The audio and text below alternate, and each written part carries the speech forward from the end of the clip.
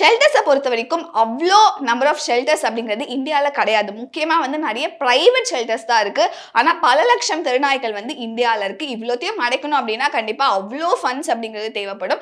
அந்த ஃபண்ட்ஸ் இருக்கா அப்படின்னு முதல்ல அவங்க வந்து கேள்வி எழுப்புறாங்க. ரெண்டாவது விஷயம் என்ன சொல்கிறாங்கன்னா, இந்த மாதிரி 7லேருந்து 8 வருஷத்துக்கு முன்னாடி கவர்மெண்ட் வந்து இந்த தெருநாயெல்லாம் வந்து அப்புறப்படுத்தி கூட்டிகிட்டு போய் ஸ்டெரிலைஸ் பண்ணுறதோ இல்லை அந்த ஷெல்டர்ஸில் வச்சு பார்த்துக்குறோம் அப்படின்னு சொல்லியிருந்தப்போ இந்த அனிமல் லவர்ஸ் தான் வந்து அதை தடுக்கவே செஞ்சாங்க.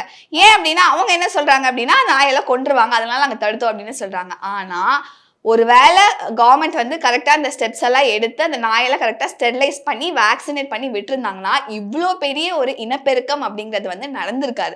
ஏன் அப்படின்னா இப்ப இதுக்கப்புறம் வந்து அந்த டாக்ஸ் எல்லாம் ஸ்டெரிலைஸ் பண்றாங்க அப்படிங்கிற பட்சத்துல இப்ப வந்து ஆல்ரெடி இன்னொரு ஒரு ஆர்டருமே ஆகஸ்ட் 23 அன்னைக்கு வந்துருச்சு. ஸோ நாங்க வந்து சுப்ரீம் கோர்ட் வந்து என்ன ஒரு ஆர்டர் கொடுத்துருக்காங்க அப்படின்னா அந்த டாக்ஸ் எல்லாத்தையுமே வந்து நாங்க வந்து ஷெல்டர்ஸ்க்கு கொண்டு போறது கிடையாது, கூட்டிட்டு போயிட்டு ஸ்டெரிலைஸ் பண்ணி வேக்சினேட் பண்ணி அந்தந்த இடத்துல கொண்டு வந்து விட்டுடுறோம். ரொம்ப அக்ரெசிவா இருக்கக்கூடிய டாக்ஸை மட்டும்தான் நாங்கள் ஷெல்டர்ஸ்ல வச்சு பார்த்துப்போம். இல்லை ரேபிஸ் அஃபெக்ட் ஆன டாக்ஸ் மட்டும்தான் ஷெல்டர்ஸ்ல வச்சு பார்த்துப்போம். மீதி டாக்ஸ் எல்லாம் நாங்கள் எடுத்துட்டு வந்து விட்டுறோம் அப்படிங்கிற மாதிரி ஒரு ஆர்டருமே அவங்க வந்து கொடுத்துட்டாங்க.